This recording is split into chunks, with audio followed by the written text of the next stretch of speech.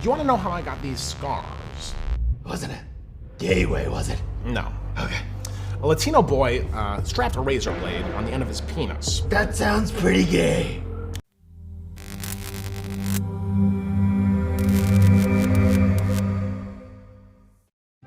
Hey guys, it is Tristan with Nerdets Newsstand, and I want to talk about something that DC Comics is doing. Now, initially, I honestly thought this was an April Fool's joke. Tomorrow's the 1st. I'm like, oh, okay. It is obvious what they're doing. Until I realized it wasn't. Like, the idea is good. It's clearly rather tone deaf and set up. But if you have all these ideas, why aren't you putting them into action? Like, honestly, some of the ideas are okay. Some of them aren't for me. Some of them are okay for other people. You have no idea what I'm talking about, do you? So let's talk about Round Robin. It is where DC Publishing is basically asking the fans to vote on 16 different stories to determine which one will make it into its own complete series. So they have 16 ideas. It's going to be taken down into one, and you'll get little sneak peeks, and you won't find out who actually won until late 2021.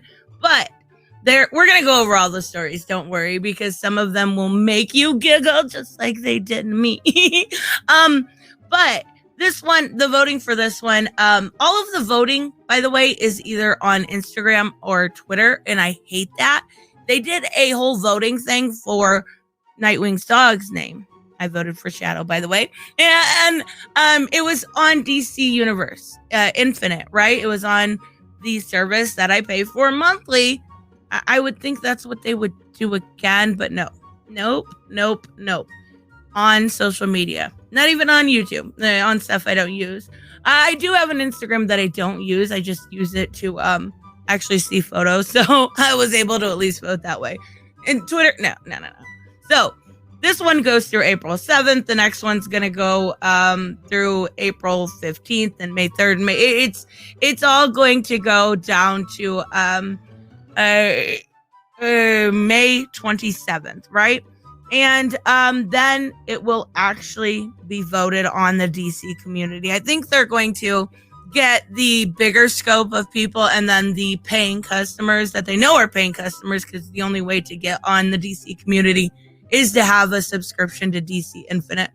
And then they're going to vote for the final two, right? So before I waste too much more time, we might as well look at these, because there is, like I said, 16 of these. And it is hilarious. I really do like it. It's funny. So let's take a look at the first bracket. And that is going to be Etta Candy, Holiday Hero, and the Green Lanterns, Underworld on Fire, where Kyle Rayner and Kilowog are in the case of space outlaws raising the intergalactic underworld sector by sector. Now, one problem I have with this is we don't know creative teams at all. That's a huge problem, right? So the Etta Candy one is where an accident accidentally gives Etta superpowers. She joined forces with Wonder Woman and her sorority sisters. Oh, do you remember those sorority sisters from Grant Morrison's Earth One? Yeah, I'll pass on that one. So we have the Brave and the Bug, Crisis on Infinite Ambush. They've been using Ambush Bug a little bit more with the digital first from the Vault, right? And they're cute stories that never got released. I like them, but he must survive an attack. By the way, I would have voted for Green Lanterns. He must survive an attack from across the multiverse. Then we have Zatanna and the King of Nightmares, which would have been my vote. Something is wrong with Zatanna and her powers, but before she can heal, she has to confront her worst fears as well as a terrifying new foe. So, again, remember when I said they created all of these ideas? A terrifying new foe? That means you've already created a new villain. If these ideas are here, why aren't you using them? I don't get it literally at all. I do want to show you where some of these are set up to fail.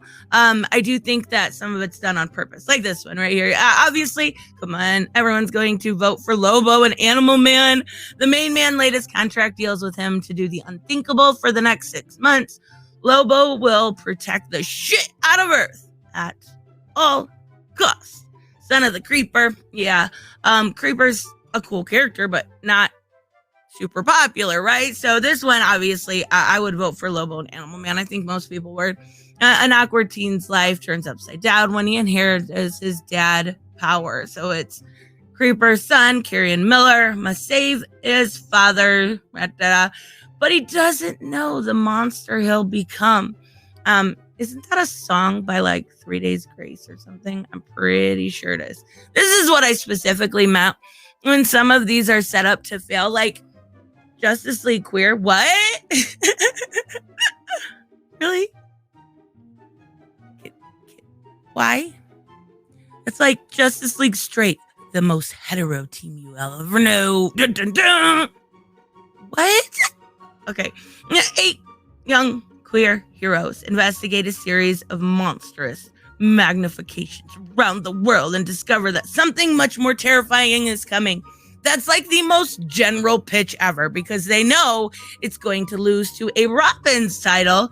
Hello, Batman title. It's going to lose. A small group meets, well, it is Twitter, at Dick Grayson's apartment, but da-da-da-da. So they're all former sidekicks and they're being haunted. Like, are you going to have like Carrie Kelly in there? That would be really cool. But obviously, that's what I mean by set up to fail. They don't even like write a real pitch out. Pause of the Justice League. When the Justice League disappears, Jimmy Olsen and Super Pets. Like, that sounds like a YA. I'm not going to lie. Jessie Quick, as her speed fades, she gains a new ability. And they begin to corrupt her. She must give it up or risk everything. Quite literally, her own worst enemy. Like, some of these are like, I do feel like some of these are really bad YA novels. Here's another one that I feel like was kind of set up to fail. I don't know what just happened. There we go.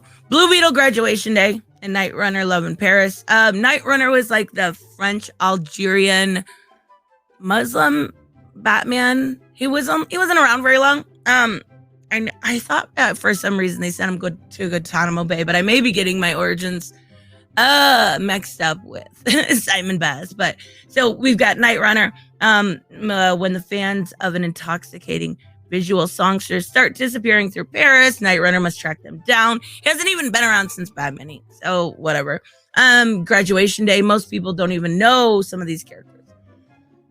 When the Reach interrupts Jamie's graduation or Jaime's graduation, the fallout puts the future as Blue Beetle in jeopardy and poses the ultimate question: what does life look like after high school? I actually think that's pretty smart because they're aging him up a little bit, right? And I do think that is probably going to be one that wins simply because they're in development of the movie, right? So they're going to want to have comics go along with the movie. All right.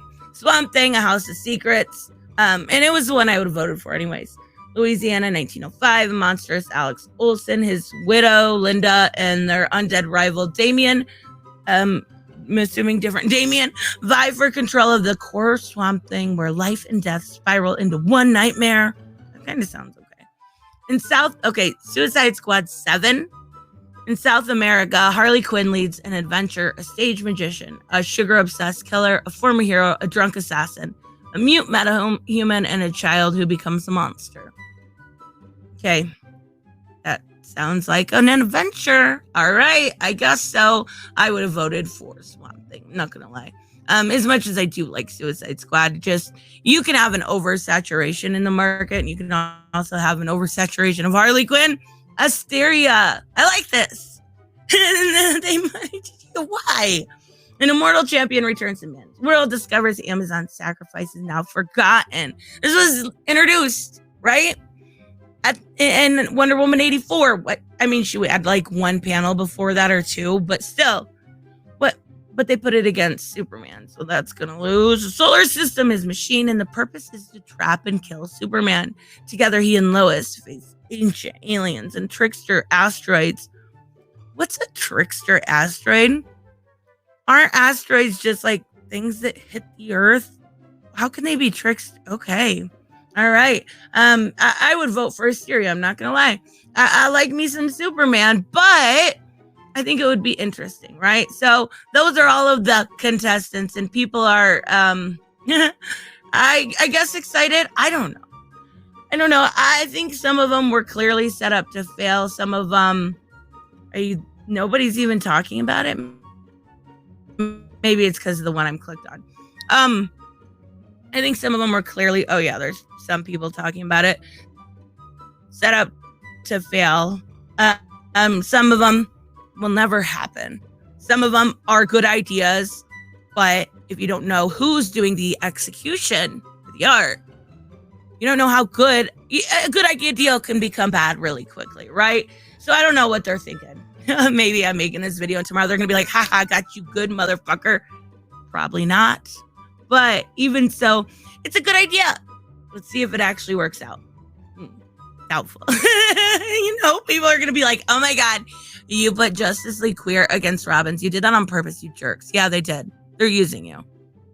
Welcome to 2021, where people like this do that kind of stuff all the time. Corporations use people all the time. And it's so funny.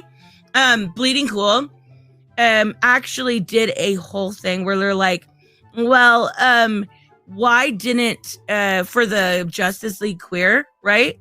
They're like, why isn't Joe Glass on it? Right? Let me see if I can find it here. Because Joe Glass can't write, his Pride book is bad, and because Joe Glass is a giant jackass. He's a terrible person that tries to ruin people's lives time and time again. Who has now a YouTube channel where he wears makeup and stuff. Okay. All right. Anyways, I'm really going to end the video this time. I will see you guys in the next one. Bye-bye.